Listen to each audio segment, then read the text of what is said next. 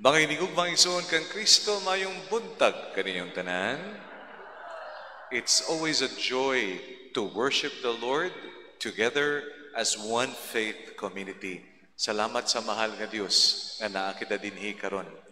Mga igsoon, naitiguwang nga lalaki ulitaw, no? Late bloomer, soltero sa gihapon, maayo siya, no? Pero medyo pagka-naive ba? So, ang iyang migo, best friend, gin-arrange nga naa siya date para makapangasawa man siya o naman siya ma-settle down na ba. So, dili jud siya, kay mauwawon man siya. Pero ingon niya, what if dili mi mag-click? So, ingon sa iyang best friend, basta, na-arrange ko na kini, kadto ka lang sa mauning nga address, kag dito, pick-upon mo siya din, panihapon ka mo, date ba? Date. Pero ingon sa iyang best friend, pero friend, tigaan ta ka sang best excuse. Kung pagkakita mo, dili jud nimo type, no? Di mo type, dili mo ganahan, then kini 101%, pagbuhaton mo kini, then you will cancel the date.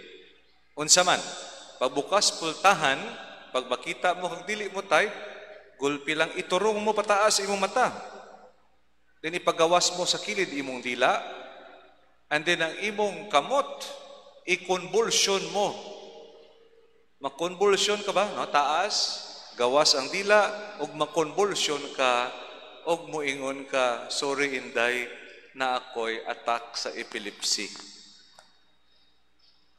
I tell you, on the spot, you will have an excuse nga mo cancel ang inyong date. So napugos man kini, sige, naa diya excuse, maunang buhaton just in case, pero kung gwapa, dayon, kung type, dayon ang date. So, nagpostura na siya, pumada, perfume, daghang tanan nga perfume.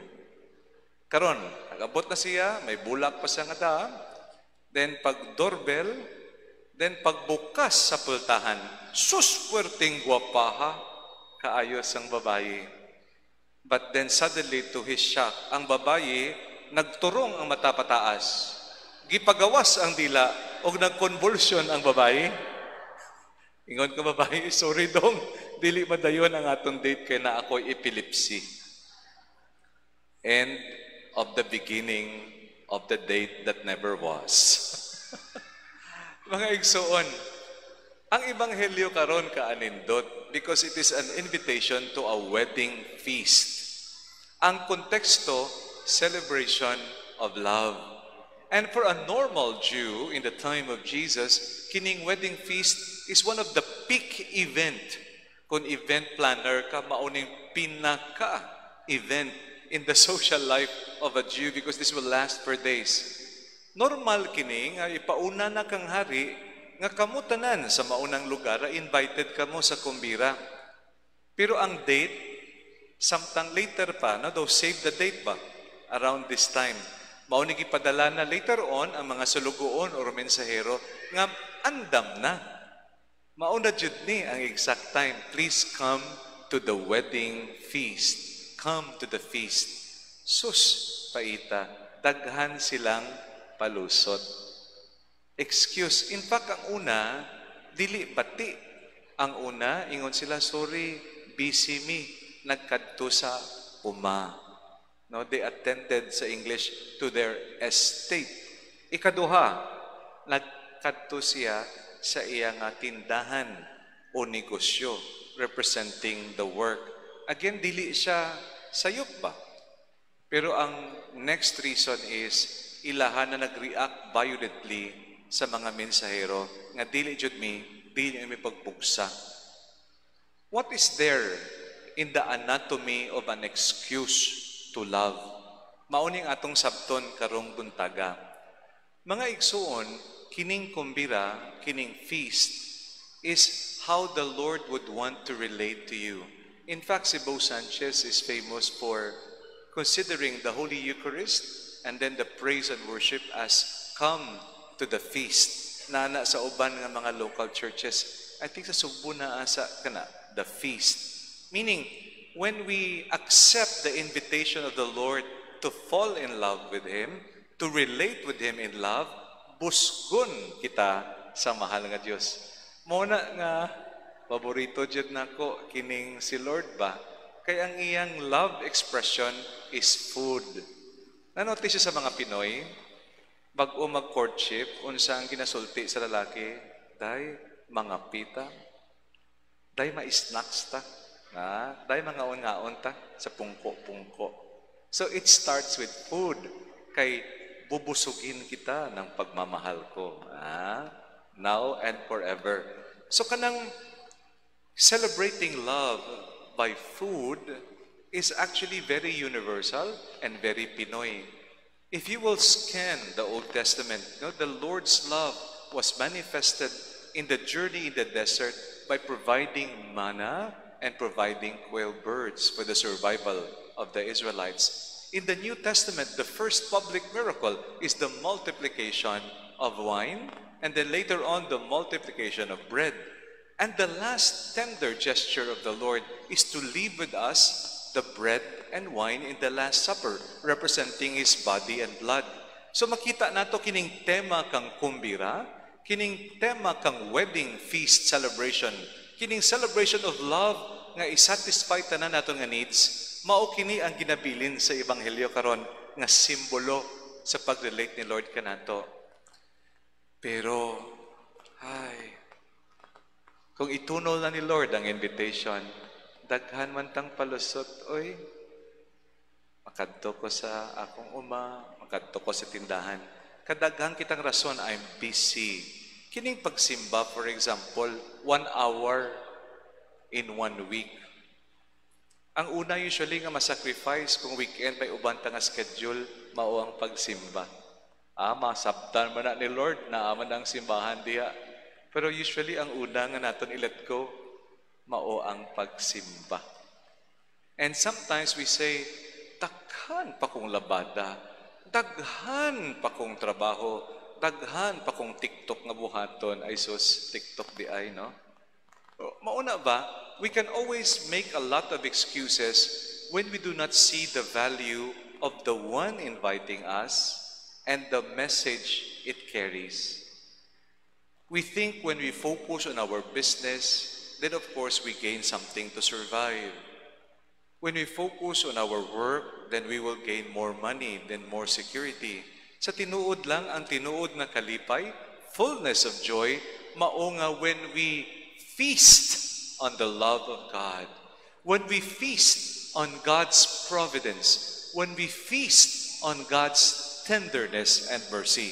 And when we do that, pinaagi sa kining santo sa Eucharistia, pinaagi sa relationship na personal kaniya and communal like what we are doing now, then we are celebrating and saying yes sa iyang celebration of love. Pero usahay, we want it to be in our own terms. Sige Lord, pag may time, simba lang pag may time. Serve lang Lord, kung may time. Pero di ba kung ginahigugba mo, andam ka maghalad kang time? How do you spell love? Always asked by Monsignor Lagdameo, my former bishop. How do you spell love? His answer is not L-O-V-E. His answer is T-I-M-E. Hatagan mo panahon, ang imuhang hinikugma. You spend time. You give your time and your resources. Mga igsoon, usay mong luod kita kang Lord. Lord, puraot na kayong kinabuhi, daot na kayo, mahal ng bugas, paita kayo, Lord.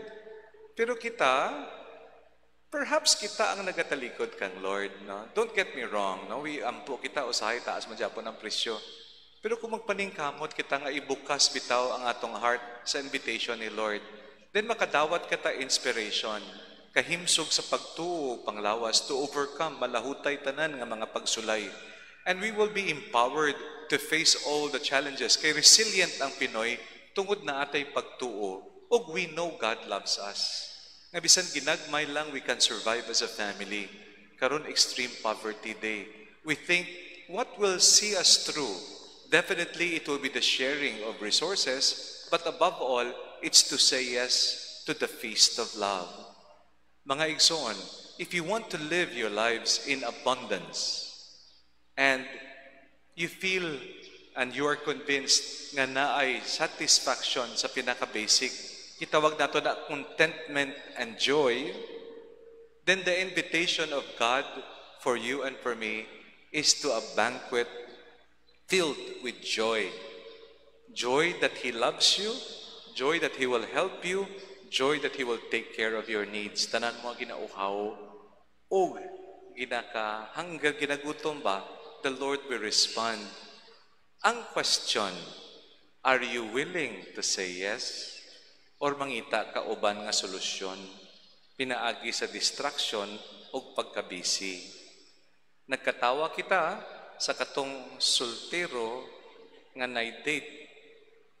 Ang iyang search is true love, right? Ang iyang hunger is partnership nga naay mahigugma kaniya o gigugmaon niya. Kanato mga Katoliko o Kristiyano naan na kana gitunol ni Kristo. Pero unsa kaha ang reaksyon nato? Basi itaas nato atong mga mata, ipagawas ang atong dila ug magkonvulsyon ug maingon, Lord, dili lang ko magsimba kay may epilepsy ko. Lord, dili lang ko mag-relate kanimo kay daghan pa kong busy, oy. Busy maglantaw sa lida. The Lord wants you to have recreation, but the prioritization should be ang relationship with the Lord. Kita nga taga-Mandawi, kita nga tumutuo. When we say yes to God's invitation of love, be amazed that when God loves you, He is an amazing divine lover. He will fill you with good things. And even though there are sad moments in our lives, He will help you recover and He will help you find your way back in life again. Why? Because that is who God is. A God who prepares a celebration of love for you and for me. A God who prepares a wedding feast for you and for me. Unsa kaha ang tubag nato kaniya? Yes, Lord, or may epilepsy ko, Lord? Hinaoton ta, yes, Lord. And then we will grow deeper in that. Ang inyong presensya karon sa Santos nga Misa o kada Domingo, it's a proof of your yes. Hinaot magda palahom kini, makonsistent kini, and then we will celebrate how beautiful life is. Despite all the challenges, we are still here, and we are striving, and we are growing. Mga igsoon, say yes to God's banquet of love, and we will celebrate the feast of joy and love in our lives. So help us, God.